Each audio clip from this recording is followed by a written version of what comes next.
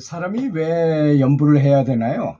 그냥 평상적으로 보통 사람들처럼 평범하게 그저 욕구가 이끄는 대로 산다면 그 사람들을 중생이라고 표현하는 것입니다.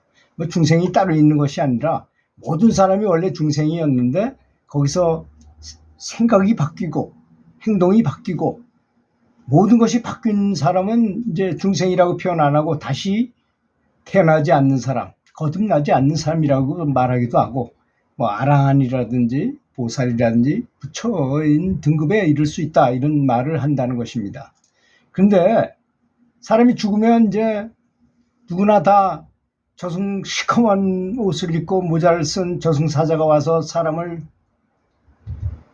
저승으로 데리고 간다고 그러잖아요. 그리고 어디로 태어날지 모를 정도로 윤회를 또 다시 거듭하게 되는 지옥 같은 그런 윤회의 사슬 속에서 계속 반복해서 태어난다고 하는 것이니, 연부를 하면, 그런데 이제 그걸 끊는 방법은 여러 가지가 물론 있을 수 있겠지만 그 중에서도 가장 좋은 방법이 부처님께서 확실하게 공언하신 바가, 저 서쪽으로 오랜 시간을 가면 극락세계라는 곳이 있는데 그것을 다스리는 아미타불이라는 부처님이 계시다. 근데 그 부처님을 부르면 그 부처님께서 죽을 때 반야용선을 보내서 그 배에 올라타기만 하면 극락으로 화생을 한다. 그 극락에 9군데 이렇게 학년이 9학년이 있답니다. 그 중에서 자기 합당한 곳에 가서 연꽃 위에 앉는, 연화자에 앉는 그런 영광을 얻을 수 있다는 것입니다.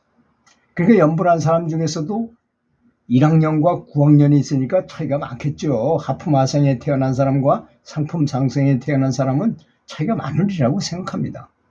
제가 이제 왜 이런 말을 이렇게 할 수 있었느냐 하면, 제가 2017년 1월 13일부터 계속해서 남해아불타불 카페에다가 연불감흥록이라는 걸 썼어요. 어떤 목표를 가지고 썼느냐면, 가만히 여기 올린 글을 보니까 너무나 대만 거, 중국 거 이런 걸 빗게다가 그대로 갖다 얹어놨어요. 그러니까 너무 현실감이 없고, 자, 저 글을 보고서 누가 연불하겠다는 생각이 들까 하는 생각이 들어요. 왜 그러냐면 그쪽의 말도 다 그쪽 지역의 지명이고 사람 이름도 그쪽 사람들이고 그 사람들의 문화가 그렇게 박혀 있으니까 우리는 다른 나라에, 다른 곳에, 다른 거처에 있는 것 같은 느낌이 든다는 것입니다. 그래서 우리나라에도 연불하다가 감흥을 받은 사람이 되게 많은데, 우리나라 거를 좀 현실적으로 쉽고, 아주 쉽고 알아듣기 좋게 짧게 이렇게 좀 해가지고 연불을 하시도록 이렇게 권하는 게 어떻겠는가, 이런 생각을 10년 전에 한 것입니다. 그래서 한 10년 정도 됐는데요, 계속해서 올렸습니다. 그러다 보니까 제가 공부가 많이 될 거 아니겠습니까? 이제 남이 어떤 연불 체험을 했는데 어떤 분은 화신불을 봐요. 부처님과 똑같은 화신불을 현장에서 실제 생활하면서도 보는 분도 있어요. 관세음보살님하고 만나가지고 대화도 하고 향기도 맡고 뭐 이런 분도 있고, 관세음보살님이 또 어떤 도움을 주고 가기도 하고, 이런 화신불을 보는 경우도 있었고, 또 그 연불을 하게 되면 나타나는 경계에 대해서 어떤 선지식께서는 말씀하신 분도 있어요. 빛을 보게 될 수도 있고, 전기처럼 짜릿짜릿한 자극을 받을 수도 있고, 또 강력한 에너지로 그 불력을 체험할 수도 있고, 또 천상의 소리로, 천상의 아름다운 음악 소리 같은 걸 듣는 그런 것으로 이렇게 경계를 만나기도 한다, 이런 말씀도 하시고, 또 이렇게 연불을 열심히 해서 일심불란을 하게 되면 아주 좋은 상태, 연불 삼매에 들어가면서 이 모든 이목구비에서 들어오는 정보가 차단되면서 정말 불국토의 세계와 연결돼서 전혀 다른 의식, 변성의식 상태로 들어가서 시공을 초월한 상태에 들어가서 부처님의 세계 속에 부처님과 하나 되는 그런 체험도 하게 된다는 것도 이제 여기서 보았고, 또 죽었던 사람이 열심히 연불을 했더니 그 사람이 도로 살아나는 경우도 있었고, 참 신기하죠, 이런 걸 보면. 또 관세음보살 연부를 열심히 했다니까 관세음보살님 어떤 친구가 둘이서 강릉에서부터 과거 시험 보러 서울로 가고 있었는데 여주쯤 갔다고 합니다. 근데 빈 절터에서 잠을 자게 됐었는데 한 사람은 관세음보살 연부를 아주 열심히 하면서 과거 공부를 하던 사람인데 그 사람이 이렇게 그래서 친구가 장난하려고 관세음보살 불상 뒤에 가가지고 야 이번 시험에는 요거 두 가지가 나올 것이다 그래 얘기했다는 거 아닙니까? 그래서 그 사람이 보니까 그것만 열심히 공부하더라는 것입니다. 그 친구가 자기는 장난으로 그걸 불렀는데 이 친구가 그것만 하고 있으니까 자기가 덜컥 겁이 나잖아요. 저거 했다가 저 문제가 안 나오면 낭패인데 양심상 이 사람이 그렇게 말하는 거죠. 그러거나 말거나 계속 그 사람은 그것만 공부하더라는 거예요. 그래서 이제 그 한양에 가가지고 시험을 딱 보게 됐는데 널찍하게 자리에 앉아가지고 시험을 보잖아요. 근데 문제를 보니까 문제 중에 한 문제가 그게 나왔더라는 겁니다. 그 문제가. 그러니까 뭐 그 사람 그것만 공부했으니까 아주 한 방에 참 멋있게 답을 썼어. 근데 한참 동안 있더니 시험관이 어딜 잠깐 들어가 뭐 쑥쑥거리더니 들어갔다 나오더니 지금 어명으로 시험 문제를 바꾸겠노라. 두 번째 문제는 바로 자기가 두 가지 했던 그 문제를 그걸로 바꾸겠다고 얘기하더라는 겁니다. 그러니까 이 사람은 매일 공부했던 그것만 공부했었는데 그게 또 나오니까 그냥 또 쳐서 당연히 장원급제했죠. 그리고 이제 임금한테 어서화를 받고 어디 임지로 부임하러 가려고 그러는데 그 친구가 저더니 여보게 자네 어떻게 내가 장난으로 일부러 내가 관세음보살인데 이런 문제가 나올 거라고 장난으로 그랬는데 그것만 어떻게 공부했는가 했더니 이 친구야 관세음보살님이 어떻게 입이 있어서 말씀하겠냐 사람을 통해서 하게 되지. 그래서 난 그게 관세음보살님이 하신 말씀이라고 철석같이 믿고 그것만 공부해서 이렇게 됐네 하더라는 것입니다. 이게 참 신심이라는 건 이런 것입니다. 참 뭔가를 참 철석같이 믿고 한다는 것 굉장히 중요한 말이라고 생각합니다. 이런 글 같은 것들을 제가 계속 올려왔어요.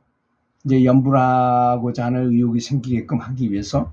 이렇게 그러면 연불하는 사람들은 어떻게 되느냐. 서울의 길상사라는 아주 아름다운 경치가 있는 길상사라는 절이 있잖아요. 아주 그게 원래 고관들이 거기 가서 많이 풍류를 즐기던 그런 요정이었다 그럽니다. 근데 요정의 주인이 그걸 터를 내놔가지고 그게 길상사가 됐는데 거기 보면 악착보살이라는 게 있어요. 기둥에 줄에 이렇게 매달린 어떤 보살 같은 여자가 매달린 모양이 하나 있어요. 그게 뭐냐? 그게 바로 악착보살인데 이제 이 보살은 연불은 하긴 했는데 열심히 못해가지고 집착이 많아가지고 반야용선이 왔는데 뭐 집에 가서 가족들한테 인사도 하고 돈도 챙겨놓고 뭐 하다가 반야용선이 막 떠나려는데 그래도 막 나 좀 데리고 가세요. 그러니까 일로왕 보살이 밧줄을 집어넣어줬어요. 그러니까 밧줄을 붙들고 그거라도 붙들고 난 극락 가겠다고 간 사람이 바로 악착보살이라는 것입니다. 그렇게 악착스럽게 가겠다는 원을 해라 이런 뜻이겠죠. 뭐 그런 얘기도 나오고. 그래서 연불을 하면 반드시 열심히 연불을 하면은 반드시 그렇게 반야용선이 와가지고 그걸 이제 영안이 열린 사람이 그럴 때 보니까 어린애들은 바로 그냥 그 반야용선에 올라타가지고 쉽게 가는데 나이 많은 사람들은 집착과 분노심과 어리석음이 많아가지고 이게 다 모든 것은 다 자기 탓이에요. 자기가 욕심을 많이 가지면 가지 못하는 거죠. 그래서 올라가다가 쭉 미끄러지고 그러다라는 겁니다. 어떤 분은 또 한 번에 올라가기도 하고. 제일 대표적인 케이스가 제가 쓴 그 글 중에서 물론 그 카페지기가 저한테 얘기해줘가지고 제가 그 얘기를 듣고서 쓴 글인데 무려 80년이나 연불한 분이 자기 침대 밑에다 돈을 가득 넣어놓고서는 죽어 80년이나 연불했으니까 그분이 금방 갈 줄 알았잖아요. 반야용선에 한 발 올려놨다가 내렸다가 올려놨다가 내렸다 하더라는 일주일 동안 안 가더라는 거예요. 그래서 그 뚜껑을 열어보니까 그 밑에 돈이 가득해가지고 그것 때문에 미련을 가지고 못 갔더라. 그래서 자식 보고, 자식이 69세, 67세예요. 아들, 딸이 둘밖에 없었는데. 그 어머니한테 얘기했어요. 이거 돈 우리 나이 다 먹어가지고 이제 무슨 돈이 필요 있겠습니까? 어머니 걱정 마시고 가시고 제가 잘 자손들 장학금으로 잘 분배해가지고 적당히 쓰겠으니까 걱정 마시고 가시오. 그랬더니까 2시간 만에 반야영상에 올라서 극락왕생을 했다는 거 아니겠습니까?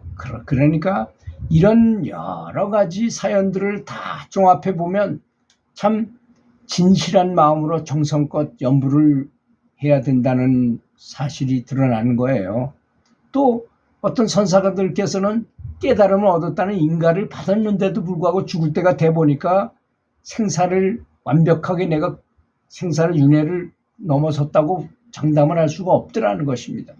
그래서 동료들한테, 제자와 제자들과 동료들한테 내가 죽을 때 되면 남이아빌탑을 연부를 해다오.